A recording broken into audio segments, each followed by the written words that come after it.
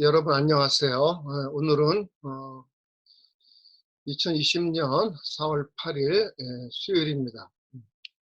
어제에 이어서 우리 삶의 가장 근본적인 받침, 근본적인 근거, 그거는 믿음이다. 그런 얘기를 했습니다. 길케고아가 쓴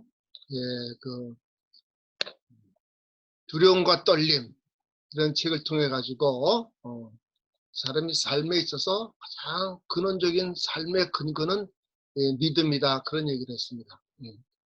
우리가 사실 자기 자신에 대한 믿음이 더 중요하고, 또 인간들 사이에 그 신뢰가 깨졌을 때 얼마나 우리가 힘들어하는가 하는 것은 아마 경험해 보신 분들이 있을 것이라고 생각합니다. 그런데 왜 킬케고아라는 실존 사상가는 믿음을 인간 삶의 가장 근거라고 보았는가 하는 그런 문제를 좀 생각해 보겠습니다. 근대 이후에 인간이, 여러분이 아는 것 같이 데카르트가 나는 생각한다, 고로 나는 존재한다, 그런 말을 했습니다. 생각을 통해서 또 현대에 와서는 여러분이 아는 것과 같이 지금에는 인공지능, 그래서 엄청난 정보를 생산하고, 또 인간이 그 정보를 이용해서 지금까지 생각지 못했던 일들을 많이 달성하고 있습니다. 그런데 이 지식과 정보가 인간에게 가장 본질적인 것인가, 그렇게 보는 사람들도 있다 그랬어요. 대표적으로 계몽주의자들, 그런 사람들, 그렇게 보는데 반해서 실존 사상가 킬케고아는 인간의 정보나 지식, 사유, 이런 것의 가치를 결코 낮추어 평가하지 않았어요. 그러니까 실존 사상이 독일 관념론을 비판했다, 이 말이 좀 오해되는 경우가 많은데, 즉 독일 관념론자들은 인간의 사유를 통해서 삶의 문제를 해결해 보려고 한 것인데, 그래서 이 독일 관념론자를 비판했기 때문에 킬케고아는 인간의 사유에 대해서, 인간의 관념에 대해서 비판적인 사람이 아니었냐 그러는데, 부분적으로는 타당성이 있는 말이지만은 인간 사유 자체를 비판하는 것이 아니라 인간 사유가 갖고 있는, 인간의 사랑과 정보가 갖고 있는 한계를 이야기한 것입니다. 그렇기 때문에 인간의 정보나 한계를 넘어서서 우리가 지식을 축적한다 그래서, 생각을 한다 그래서 그것이 의미가 있지만은 그것이 삶 자체를 현실적으로 바뀌지는 못하는 경우를 많이 본다, 그 말이에요. 그렇기 때문에 킬케고아는 이 믿음이라는 도구, 영원한 존재와의 관계에서 믿음을 통해 가지고 실제 삶의 변화를 가져오길 바랍니다. 그렇기 때문에 믿는다 그래서 그냥 어떤 환상을 갖는 것이 아니고, 그 믿는다는 거는 실제 생활에 있어서, 삶에 있어서 행동으로 표현되는 것입니다. 우리가 어떤 나무가 무슨 나무인지 잘 모를 수 있어요. 그러나 그 나무가 무슨 나무인지 알 수 있는 제일 좋은 방법은 그 나무가 맺는 열매를 보면은 그 나무가 어떤 나무인지 알 수 있는 것입니다. 우리도 여러 가지 말을 할 수가 있지만은 그 사람의 행동에, 삶의 열매를 보면은 그 사람이 어떻게 살아가는 것을 알 수가 있는 것입니다. 그래서 킬케고아는 실존 사상을 통해 가지고 실제 삶을 우리가 바뀌어야 된다. 우리 영혼이, 내면이, 우리 외부적인 조건을 이렇게 바꿔야 된다, 그런 의미에서 믿음을 강조했는데, 왜 이렇게 믿음을 강조하게 됐는가? 그것도 왜 정보의 한계, 왜 사유의 한계를 얘기하는, 그거는 여러분께 여러 번 얘기했죠. 두 가지가 인간이 결합되어 있기 때문에 그렇다고 그랬어요. 그렇죠? 저도 엊그제 이렇게 학교 다닌 것 같은데, 세월이 이렇게 흘러가고, 인간이 유한한 세월을 살지만은 사람 마음속에, 사람 영혼 깊은 곳에서는 어떤 영원한 삶, 영원한 존재를 그리하고 자기 삶의 근거를 남기고 싶어 한다, 그 말이에요.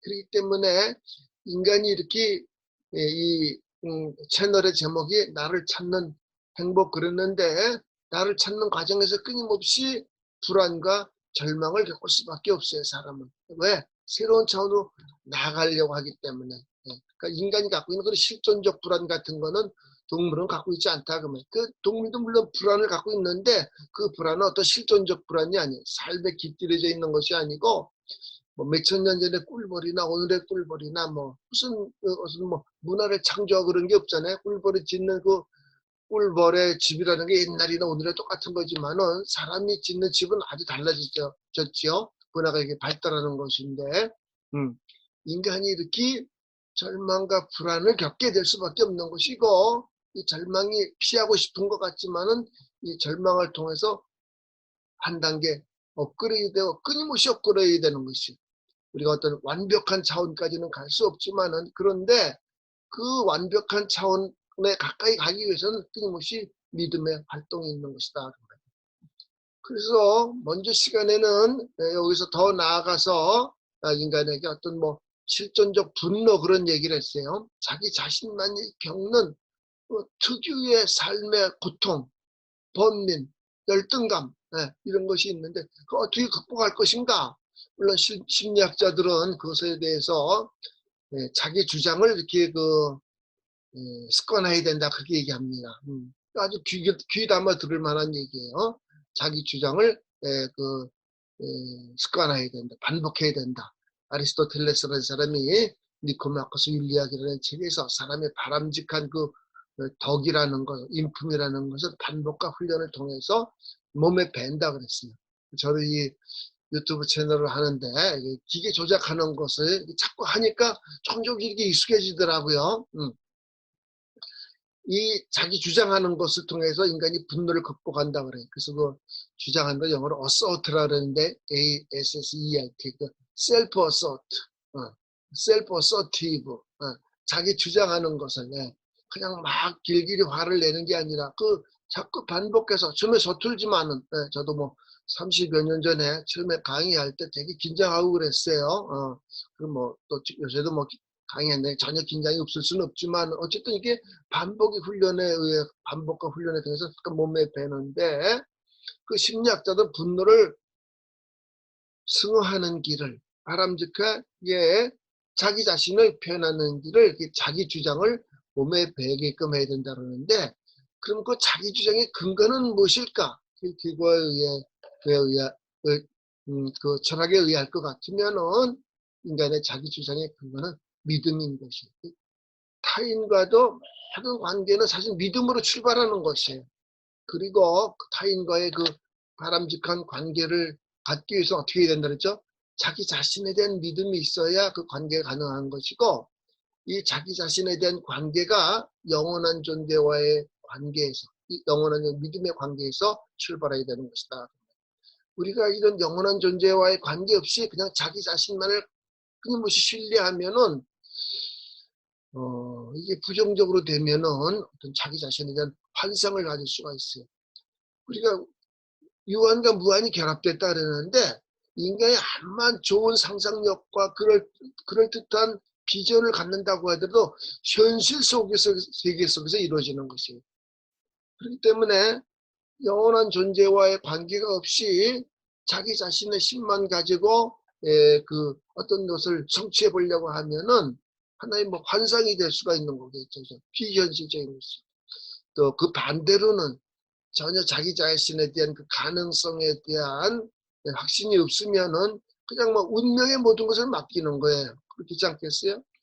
인간이 두 가지 요소 중에는 그 필연과 자유가 있다는 모든 것을 필요에 맡기는 거죠.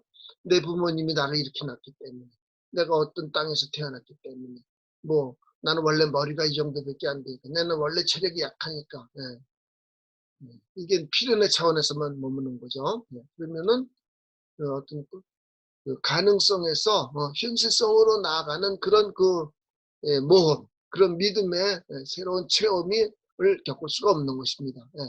그런데 모든 자기 주장의 근거, 자기 신뢰의 근거, 자기 존엄성의 근거라는 것은 사람의 본성인 영원한 존재와의 관계, 그 믿음의 관계를 통해서 이것이 가능한 것이다 이렇게 봤습니다. 그리고 어떻게 하면 믿음을 가질 수가 있는가, 그것을 길케고가 설명했는데, 그 책이 두려움과 떨림이라는 책이라고 얘기했습니다. 그런데 중요한 거, 길케고는 그 책을 자기 이름으로 쓰지 않았다 그랬죠. 그거는 우리가 완전히 어떻게 알 수가 있겠어요? 왜 그 사람이 자기 이름으로 안 쓰고 요한네스 대 실렌티오라는, 요한네스 오브 사일런스, 침묵의 요한이라는 그런 왜 그 필명으로 그 책을 냈을까? 연구자들에 의하면은 킬케고아는 삶에 있어서 우리가 본성이 영원한 것을 추구하기 때문에 미래를 준비하고 싶어하고 자기 삶의 흔적을, 자취를 남기고 싶어하는 이런 본성을 가졌기 때문에 영원한 존재와 믿음의 관계를 가져야 모든 그 자기의 가능성이 실제성으로, 현실성으로 표현되는 그런 근거를 확립하게 된다 그랬는데, 그것을 킬케고아는 다른 사람한테 가르쳐주고 싶었어요. 말하고 싶었어요. 그러나 그것은 그 누구도 대신할 수 있는 것이 아니다 그 말이에요. 그래서 아마도 킬케고아는 그것을 필명으로 자기 이름을 쓰지 않고 출판하지 않았겠는가.